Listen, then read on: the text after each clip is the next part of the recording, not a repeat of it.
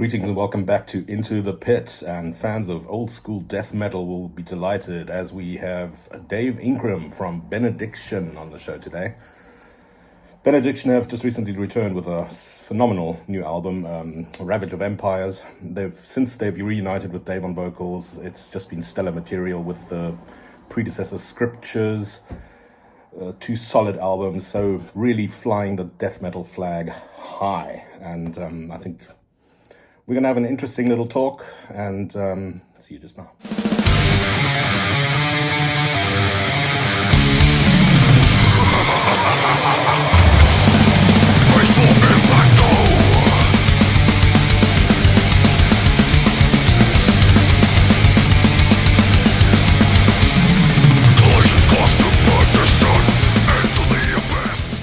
Thanks for making the time. All right, no worries. It's a pleasure. So I'm just going to turn the volume up here if I can do the. Yeah, there we go. Okay, sorry about that. All right, yes, it is an absolute pleasure. It's taken us a while to sort of get our schedules correct, and but finally we got it today. My girlfriend's just gone out, so we've got like about an hour. So cool. That will suffice. So yeah, and unless we're disturbed by the cat, Ozzy, the cat is around somewhere. So. Yeah, I've got three myself. So you're based in Denmark? Yes. Okay. Living in Denmark now. I've been here since 1998. So however many years that is. So yeah, I love it here. It's fantastic. Yeah, it must be amazing. I hear lots of amazing things about Denmark. But you followed your heart. I did. I came over. I met someone in '95 and came over and moved here in '98. Sadly, we got divorced last year. Now I've obviously I said about the girlfriend Heidi, and so I'm still following my heart, and I'm not leaving Denmark. So I really do love it here. So yeah, that's good. That's good. Home is where the heart is. So you've already have had an active roster in terms of live shows and stuff following the Ravage of Empires album. Compliments! What a shit kicker of an album, really. Thank you, thank you very much. I was completely blown away. By the way, by Scriptures also. Tell us a little bit about how's the reception been? It's been positive, a constant positive stream. Some people, I've not read these reviews, but somebody had said that it sounded the same as Scriptures, and we do old school death metal, and we're not going to change the style of what we do. We're going to stick to the old school. It's because it's what we do. It's It's like saying Beethoven, don't be Beethoven anymore. It's like, that's the parallel I can make. Were they waiting for your Black album? Yeah, exactly. Yeah. We're not going to do that. We may add a little here and there into it, but it still encapsulates what Benediction is about. It's still got that energy and that power. Then there's that sort of the rebellious punk that's in the music as well. Yeah. No, just my personal opinion. I think the thrash it's just my ears. The thrash aspect has been upped a little bit, and I think that makes for a really invigorating listen. So, I mean, we do try and add more. I mean, we had a lot of songs written, and they were all the music in demo form, and I basically just chose the ones that stuck out to me from the list, and we still have a lot more that we can use. But I was just going through the list and thinking that one sounds pretty good. There's something about that riff, and then I will talk to Darren, the guitarist, and because basically how it works is Rue writes riffs, and then Darren puts them together in a certain way, and he'll add his own riffs as well, and then hand them over to me with like a drum machine pattern on there. Okay. And then I'll write lyrics, and I'll talk with Darren and say maybe we could extend that one part, or we could maybe flip that part around, or do that part at the end again. And then once the lyrics are down and we've signed off on the songs, we hand them over to Gio, and he gets, and also to Nick, and they get their parts written. And that was the difference as well. with Gio on Scriptures, he had 2 weeks to learn all of his drum parts. Yeah. But for this album, well, maybe it was a little longer than 2 weeks actually, but for this album, he's had as long as we've had. You know, every time we have a song finished, we'd hand it over to him as well, and he'd start writing his stuff, and you can actually hear that difference. You can hear how much work he's put in to this album. Oh, that's amazing. So you guys really still do it the old school way. I mean, it used to be cassettes way back then. Now it's digital files sending back and forth, and just, you know, I mean, technology. Yeah, it's instant, pretty much nowadays, and it's a lot faster, of course. And you're saying about cassettes.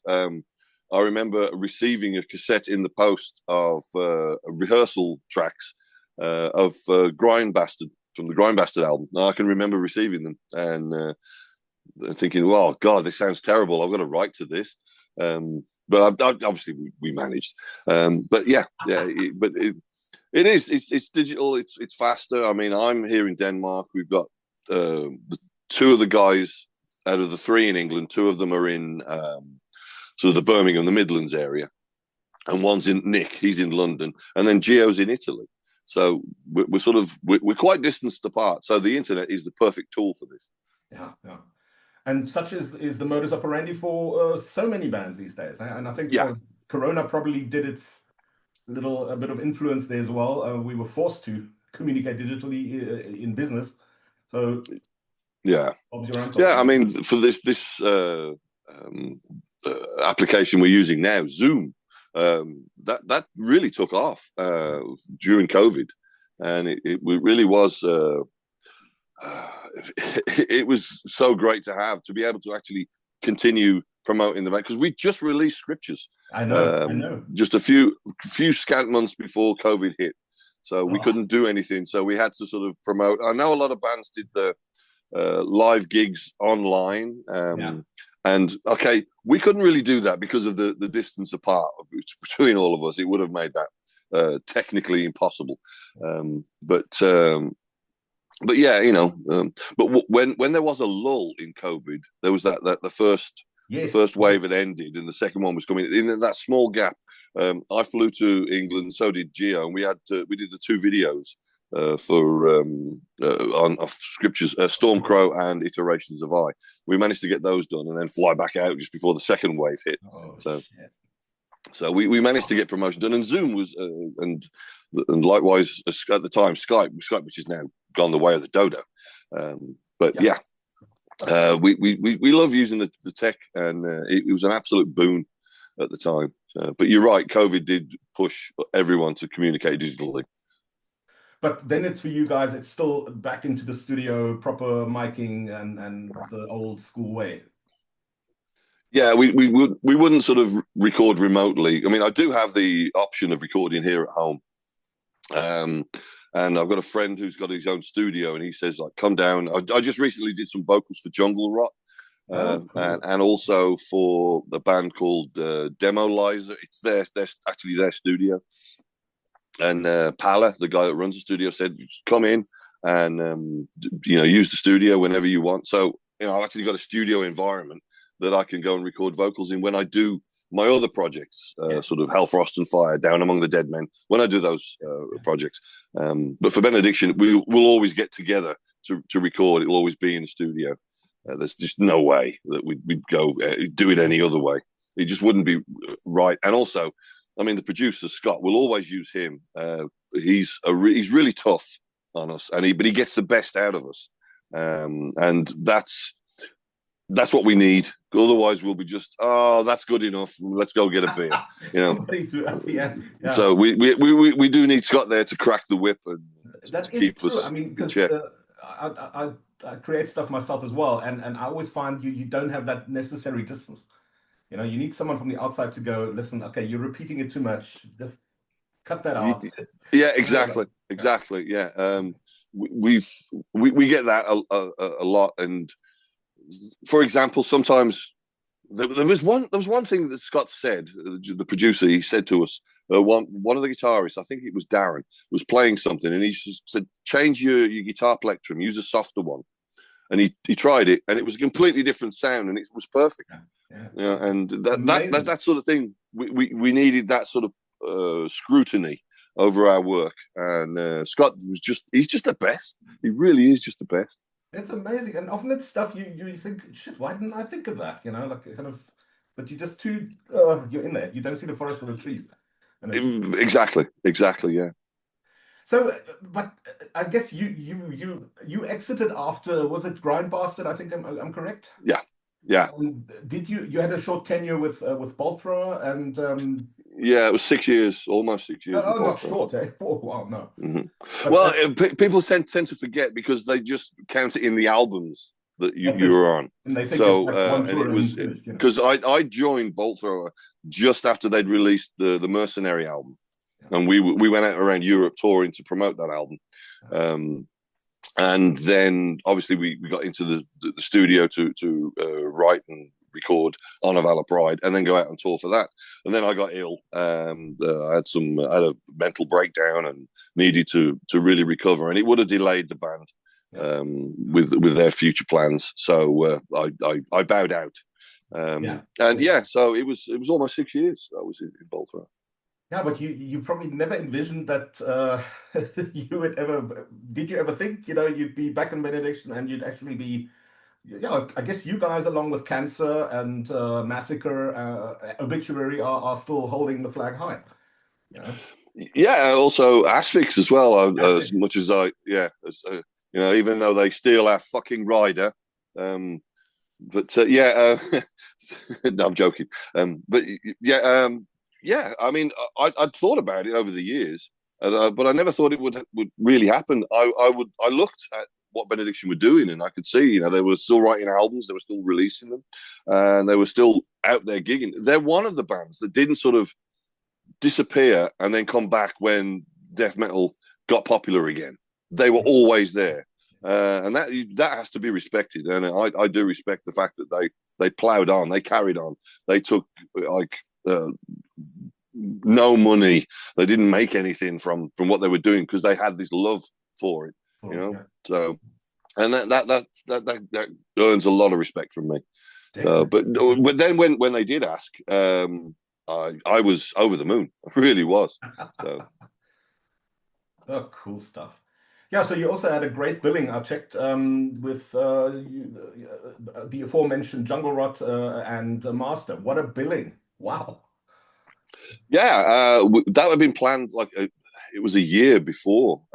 We sort of had this talk about, well, should we do a European tour on a tour bus? And because we hadn't done, I hadn't done that since 2002 with the last Bolt Thrower tour that I did. So That's that was uh, 23 years that I hadn't been out on a tour bus. 22 years, but yeah, it was. yeah, so you must have thought, "Ooh, okay." Yeah, I mean, the tour bus was fantastic. It really was. It was the poshest tour bus I've ever been on. They've certainly come a long way since the back in the 90s. And yeah, it was fantastic. Obviously, the bunks just weren't big enough for someone of my size. Also, Darren and Nick, everyone and also Gio, everyone in the band is pretty tall. So you pull up your knees. Yeah, exactly. You had to sort of sleep sideways in a fetal position.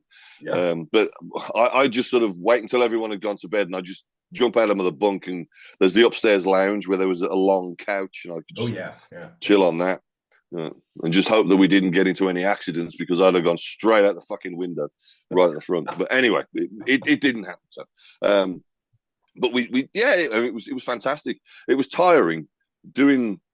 We did, what was it, 16 shows, and I think with only one day off. So Yeah. this, my voice was, it was suffering towards the end. It sort of dipped, and I had some problems, and then we had the day off, and I was supposed to take care of it, but I ended up drinking about 10 pints of Guinness in an Irish bar, Yeah, so and then so yeah, but it sort of got better after that, and yeah, the last few shows. Well, we didn't have the tour bus. There was a couple of shows where we were just driving around in a van. We sort of said goodbye to the other bands, but working with them was fantastic. Jungle Rot and Master, they're such cool people. There's a real bond. And after yeah, so many days, the usual tour things happen when you get home. you hear their voices. So Still. you'll be walking down the street, and someone will say something as you walk past them, and you'll think, "Holy shit, that was Jeff from Jungle Rot, sounded just like him." And it wasn't, but Yeah, your yeah. brain screws with you. And also, you'll get that because you're touring and it's every night. You'll get the burst of adrenaline about. Well, it would be about 10:30, 9:30, 10:30 when you're about to go on stage. And you just can't sleep. You just get this burst of adrenaline, and you're like, what the fuck? And I've got to get up from work at 3 o'clock in the morning, and at 11 o'clock at night, I'm just sitting in bed like, what the fuck am I doing? So yeah. So you were conditioned there. Yeah, exactly. Pavlov's dogs. Yeah, something like that, and all that. So yeah, you do get conditioned to it, and it, I wouldn't have it any other way. But it is a lot of fun. But it can the come down afterwards can be it can take a little while. Yeah, it's a bit. And it's the same with jet lag as well. We went to the States. We did 3 shows in the States. We were there for 6 days. Well, we were away for 6 days, and it was just towards the end of the 6 days, the jet lag. We recovered from it, and then we get back to Europe, and of course we got the jet lag all over again. So. No, that must be quite hectic, and especially we're all not getting younger. I mean, I always respect that with musicians at sort of my age and a bit older, still doing it. Still playing abroad, doing tours. And I mean, because there's so many factors coming into relationships. There's responsibilities. There's this and that. I, for myself, being sort of working for myself, I can't. I mean, I would have probably the liberty to say, listen, I'm going to go for 2 weeks or 3 weeks, but I just don't see it happening anymore. It's so hats off. Really, it must be quite I don't know. Maybe it's not a strain, but I envision it to be. Well, for all of us, I mean, besides Nick, who's I don't know, he's like 12 years old, I think, and Gio, who's in his early 40s. The rest of us are sort of mid to late 50s. And me, Darren, and Rue, and yeah, it can work. I mean, it can be hard. I've got sort of chronic arthritis coming on, and it can get quite painful at times. And I'm not used to doing these big tours. The most we've done with Benediction, I think, was 5 shows in a row, and yeah, that was pretty tough. So. But of course, if you want to do this, sometimes you're going to have these long trips out, and you have to overcome, and we all do. There's certain things that guys in the band, problems that we all have, and we get through it. I mean, we're together as well, so and we sort of know each other's boundaries, so we help each other out. So at the end of the day, if you don't mind me asking, is it still for you for Benediction, for you guys a case of it's worth your while? You cover costs. I mean, I'm just talking, for instance, out of my experience. You have to pay in. Yeah, we don't want to pay to play. Sometimes we've had to, and we'll go out for zero money because of the costs. Everything balances out. But yeah, I mean, it is worth it in the end because we're getting to show our art and what we've created to the people directly rather than just on vinyl or CD or whatever. Then we're actually getting out there and we're meeting people as well. And when we always do that. We do say it 90% of the gigs, 99% of the gigs, we'll say, when we're done, we'll see you at the merchandise. No. Or if it's a festival gig, we'll hang out down, by the side of the stage and stuff. People come over, bring stuff they want signing. What we never do those pay meet and greet things. Yeah. We will never ever do that. That's wrong. I find that wrong. That's sort of cheating your fans. We're not fucking Kiss. We're not Metallica. We're not Marilyn Manson. And we're not going to charge people $200 for 10 seconds with us. That is absolutely stupid. We'll hang out, and if people want to bring us a beer, cool. Sometimes we'll have beers with us, and we'll hand them over ourselves. We're very down to earth in that sense. No, no, I And believe that 100%. I mean, in that case, you're very close to Bolt Thrower, who've also had a very no-nonsense approach to, releasing stuff that's not really necessary and just sort of draining the fans' cash and stuff. They were very strict on their shirt prices as well. I remember when they yeah, played Rock Hard Festival, they were like really, they communicated to the festival and they said like, there's not 1 cent above this. yeah, exactly. It's Yeah, policy. yeah, yeah. They were very strict over their shirts. Most bolt thrower merchandise you could only buy at a bolt thrower show. Yeah. So if you're seeing stuff online, if you see stuff even now, there's so many bootlegs out there. So beware. Yeah, There everybody. are Yeah. anything you see that's on sale right now. It's bootleg. It is not official. It's not Can't be, sanctioned no. by the band whatsoever. Yeah, yeah. And I mean, I've seen stuff go on eBay as well. It's people are buying it thinking it's original. It's not original. It's not sanctioned by the band. It would So it keep would your be money. it would be faded and have a few holes in it. Well, really, it would by now. Yeah, it would definitely not be a brand new T-shirt. So keep your money, Yeah. folks. You know, but also keep looking at boltthrower.com because they do release news now and again on there. Yeah. So Yeah. Yeah. No, great. And I remember seeing you guys, it must have been 96 with Death.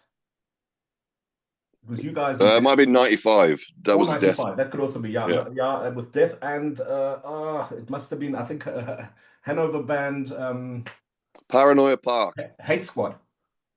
Hate Squad. No, No, the am I band who wrong? was on that tour with us was Paranoia Park. Oh, okay. Then I'm mixing something up because I visited several concerts there at the same venue. But yeah, Oh, okay. I think it was during the Dreams You Dread album. That's right. Yeah, it would have been that time. Yeah. Yeah, yeah. Yeah. So, any new what are the plans for the near future? Taking a breather now and back on the Well, road. yeah, we've got a bunch of festivals that we're doing like the rest of the year. There's not so many, but we may get some more offers come in. We are available. It's mostly going to be weekends, simply because As you can manage. doing the European tour and the week in America, I've used up a lot of my vacation days from my job, and because my job is very important to me. I work for cancer research, so yeah, I don't want to lose that job, so I sort of balance the vacation days around with the band. So yeah, we've got a bunch of festivals coming up. There's one Pitfest in Oh, Holland, yes. in the Netherlands rather. Netherlands, yeah. Apologies. I just saw your But addition to that, yeah. yeah, and we'll be we're on there, and that will be rather good. I can't wait for that one. There's multiple reasons. I can't really say them right now, but do not miss our set at Will the at Pitfest will if you're Mr. going. Will Mr. Van Drunen come and visit you?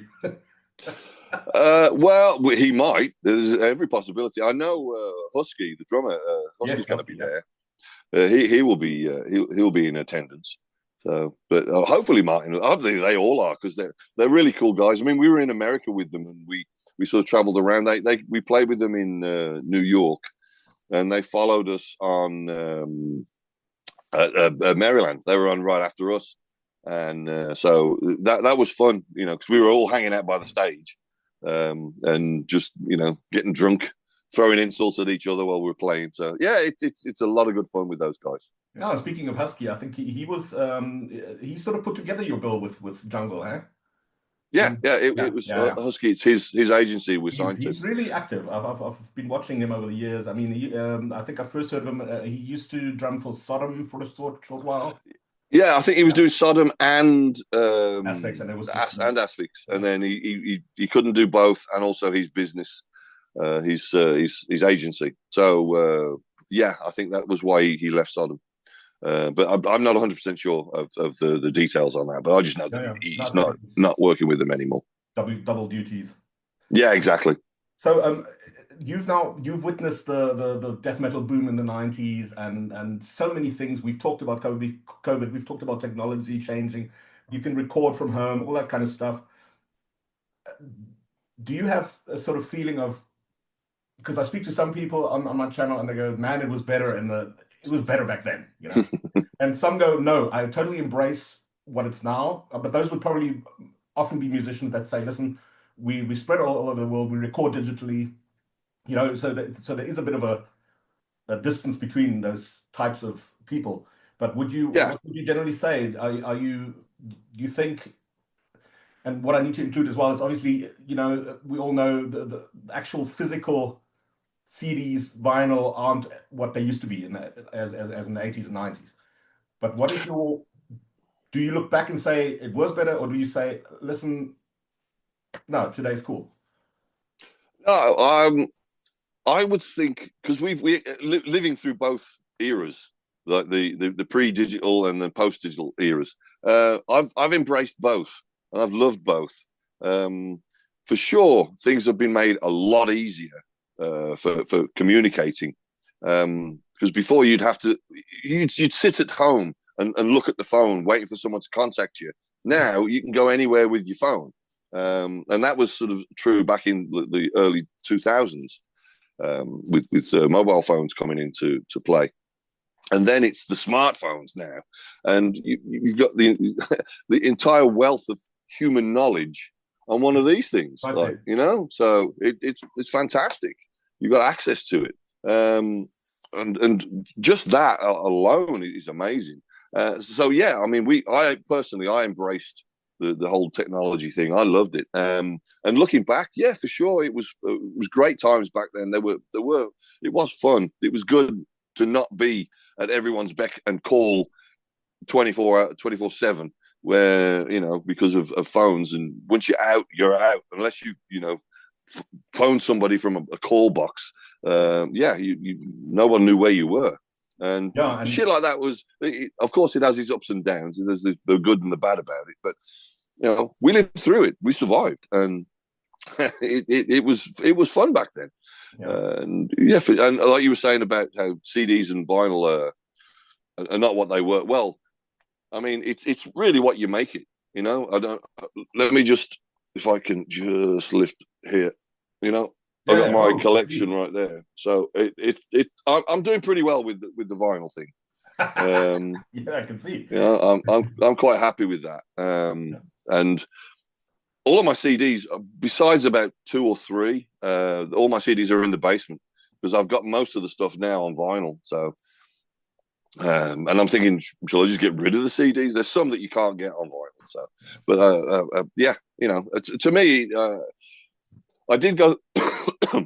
Excuse me, I did go through a phase of getting rid of vinyl and CDs, and that was kind of dumb because I got rid of a lot of original vinyl. But I've got most of it back now. Yeah.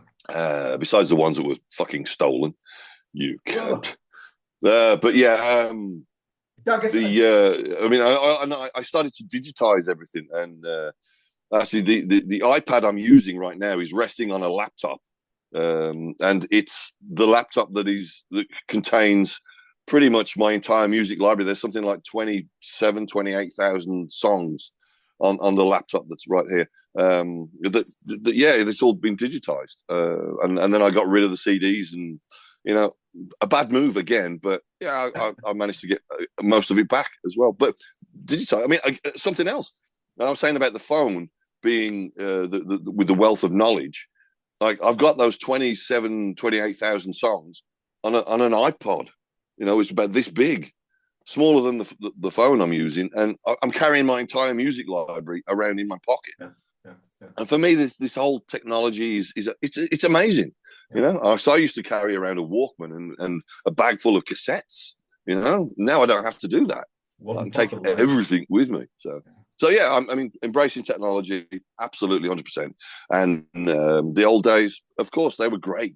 There were certain things that could have killed you, and for a few people it did. But Yeah. we lived through it, we survived, and here we are now, getting old and complaining about it. Yeah, I guess it's harder for younger bands these days who like probably put okay. That being said, I think recordings must have been way more expensive when it was the big studios and stuff. I mean, a lot of bands still go into bigger studios, but I think nowadays for a young band to sort of fork that out and get a good production going, it must be quite tough. Because you're not going to get that return on investment with sales. So you're going to have to play. You know. Yeah, exactly. And that's it these days now. Sales don't cover what the costs. You have to go out, you have to play, and hopefully you're not going to get stiffed by people, or you're going to get some good deals, and merchandise that always helps as well. And that's how bands can survive. You have to go out and play, not just doing recordings. It's just not going to cut it, sadly. Yeah. I mean, I know I do a lot of other projects besides Benediction, and none of those will probably ever see a live situation.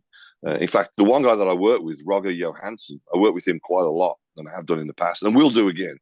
I was actually thinking of doing a project with him and having another old school singer on the project with the two of us. And I'm just trying to find out who, because what I would really like is someone who has a vocal sound opposite of mine, so you'd be able to hear. So, yeah, maybe Martin Van Drunen. Who knows? But trying to nail him down to get him to do stuff is next to impossible. But we'll see. But anyway, this guy, Roger Johansson, that I work with, I've been working with him since 2013, 2012, say, 2012. So, it's been a while. I've never met him. We've done everything online. Yeah. We've never met. We will do eventually, I'm pretty sure. But so far, nope. Someone else that comes to mind is that has a distinct voice, and it's not as deep. It's got more of a higher edge to it. Is Mark Graver, ex-Morgoth. I mean, he was doing the but he's also As in Hell. Yeah, and he did the As in Hell as well. Now Leper Colony, and yeah, it was really cool. So I mean, there are the old school vocalists out there that could work. I mean, there's no money in it. We're just doing it as a hobby. It's a pleasure to do it. For me, it's just expression. It's art. I've always called music that I create or the lyrics that I write as art. I always have. So for this, it's just for expression. It's not for money. And really, when we got into this business, Benediction, when the band got into this back in the late 80s, it wasn't for money. It was for the passion, the expression, the art, and for the love of what they were doing. And we still have that same feeling to this day. That's probably the secret to longevity, eh? Yeah, absolutely. Because if everything rests on financial return and instant gratification, then you're probably going to be disappointed very soon. Yeah, really. Dave, we've got just roughly 5 minutes left. Zoom is actually capping now already.